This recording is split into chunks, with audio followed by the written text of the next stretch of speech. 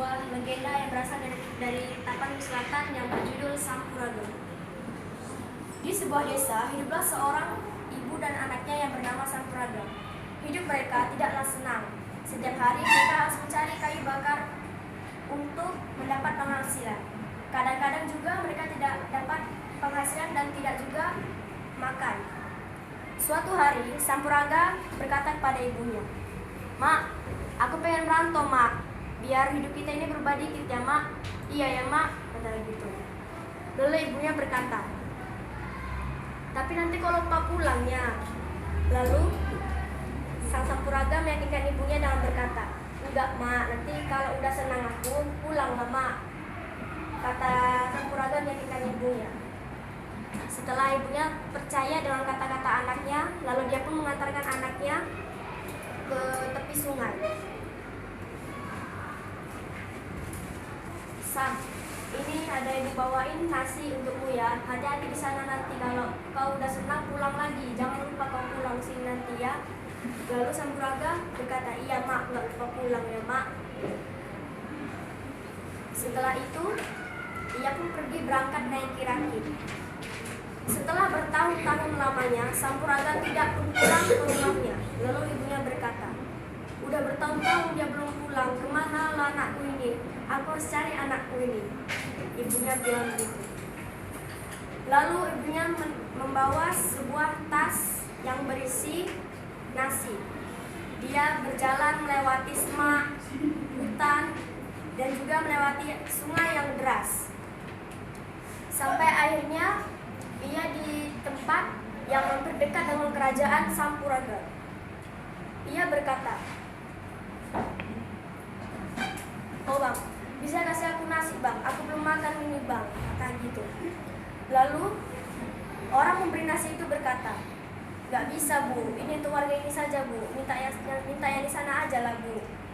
Lalu ibu Sampuraga berkata, "Ini aku ada mangkok kecil ini, tuang aja di sini, dikit aja pun nggak apa-apa. Yang penting aku bisa mengisi perutku ini," katanya itu. Lalu orang itu berkata, "Ah, pergi sana kau, jangan di sini lagi kau," katanya begitu. Lalu dia memanggil temannya agar mengusir ibu itu. Lalu ibu Sampuraga akhirnya sampai di depan istana Sampuraga. Lalu salah seorang penjaga istana itu memberitahu kepada Sampuraga bahwa ada seorang perempuan tua yang mengaku sebagai ibunya. Lalu Sampuraga turun ke depan, disusul oleh istrinya. Lalu ibunya berkata, "Sampuraga, aku ini ibumu Sampuraga. Ingat gak kau sama ibumu ini Sampuraga?" Lalu Sampuraga berkata, "Hei orang tua, siapa kau mengaku-ngaku sebagai ibuku? Pergi sana kau." Lalu ibunya berkata, Kau ini anakku. Apakah kau sudah lupa sama ibumu Sampuraga?"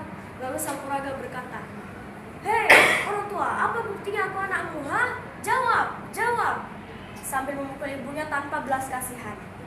Lalu ibunya berkata, "Aku gak akan pernah lupa sama anakku. Anakku dulu dia katanya pengen merantau dan akan pulang, tapi tahunya kau tidak pulang-pulang. Kemana saja kau, meninggalkan aku?" Lalu istrinya berkata, "Sudahlah, kalau benar dia itu ibumu, kita ambil dia, kita urus dia baik-baik. Janganlah diginiin, kasihanlah, dia kan orang tua," kata istrinya menasihati Sampuraga. Lalu Sampuraga berkata, "Ah, minggir kau, jangan urusin hal ini." Lalu dia berteriak, "Pengawal, usir perempuan tua ini daripada kerajaanku ini. Bikin kotor saja lantai istanaku ini." Lalu pengawal itu memukul ibunya menggunakan tombak sehingga berdarah ibunya. Namun karena ibunya saking sayangnya kepada anaknya, dia tidak mau pergi daripada kerajaan itu sampai berdarah-darah, dan akhirnya ibunya pun pergi dengan mengalah.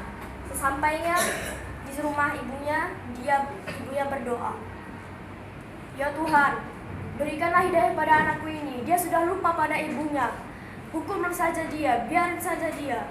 Lalu tiba-tiba hujan pun turun, hujan es datang tiba-tiba, banjir melanda istana Sampuraga, menutupi desa Sirambas sehingga semua warga di situ mati bergelimpangan termasuk Sampuraga.